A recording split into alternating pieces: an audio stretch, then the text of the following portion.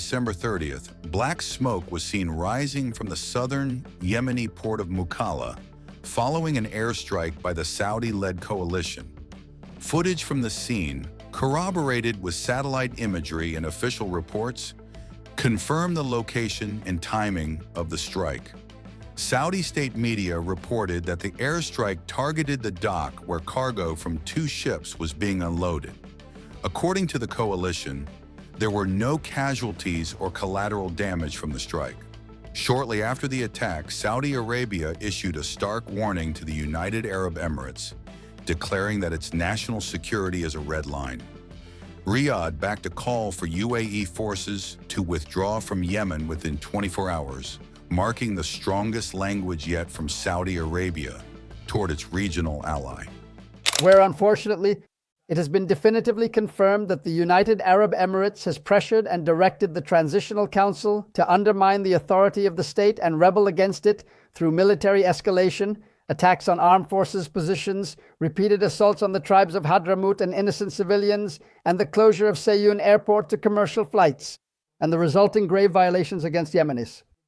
And as regrettably stated in the statement issued by the leadership of the Joint Forces Command of the Coalition to support legitimacy, it has also been confirmed that the United Arab Emirates shipped 2 vessels from Fujairah port loaded with weapons, combat vehicles, and military equipment, and unloaded them at Mukalla port without authorization, with the aim of supplying them to the forces of the Southern Transitional Council in an escalatory move against the security and stability of Hadramaut and Al-Mahra governorates, which has become clear to be a continuation of a systematic effort over the years, as they have exerted pressure on the Southern Transitional Council by all means to act unilaterally and exploit the just Southern cause, and to attempt to paralyze the constitutional state institutions represented by the Presidential Leadership Council and the government. While we appreciate the previous role of the United Arab Emirates and its efforts as a member participating in the coalition to support legitimacy led by the Kingdom of Saudi Arabia, unfortunately, its role has now become directed against the people of our great nation through explicit support for rebellion and the fueling of internal strife,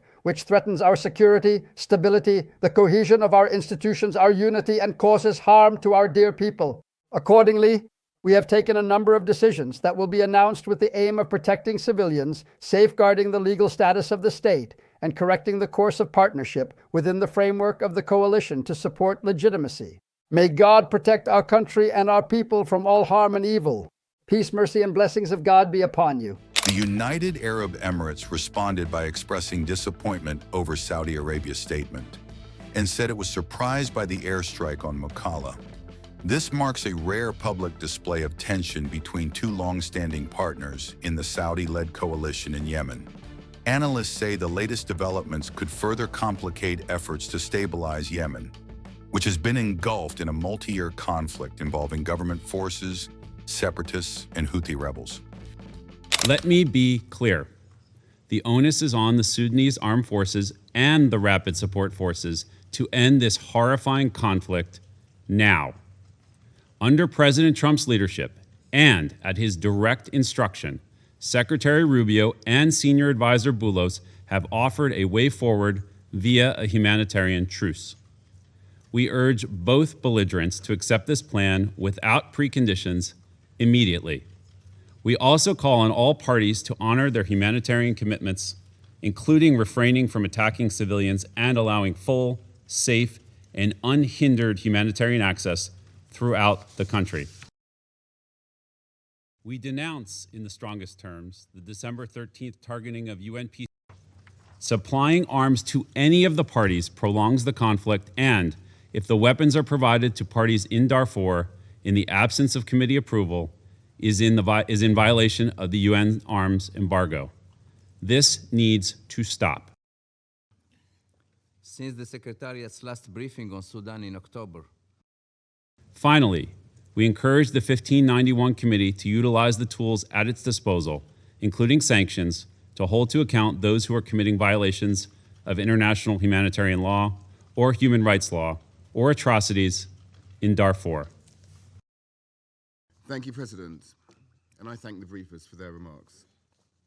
There is no military solution to this conflict. We call on both the SAF and the RSF to urgently agree a humanitarian pause and to advance a comprehensive, Sudanese-owned and civilian-led political transition. Civilians and ensure accountability for violations of international law. We also call for full compliance with the arms embargo and urge all states to refrain from providing financial or military support to the warring parties. On 13 December, drone attacks targeted the UN logistics base. Mr. President, the continued supply of weapons, increasingly sophisticated and deadly, remains a key driver of the conflict. Sudan is saturated with arms. Calls to end these flows have gone unheeded, and there has been no accountability. Meanwhile, the parties remain unwilling to compromise or de-escalate. While they were able to stop fighting to preserve oil revenues, they have so far failed to do the same to protect their population. For the opportunity to discuss the evolving crisis in Sudan and to offer my perspective. At no point in Sudan's modern history has the state, its institutions, or its people been under such enormous threat from both internal and external forces. The risk of partition, breakup, and new catastrophic levels of violence and death are real and will be further realized if aggressive actions are not taken to end the fighting. Consideration of item 2 of the agenda. The Government of Sudan Peace Initiative is born not from illusion, but from necessity, not from victory, but from responsibility. It is a deliberate choice to replace chaos with order, violence with law, and despair with hope.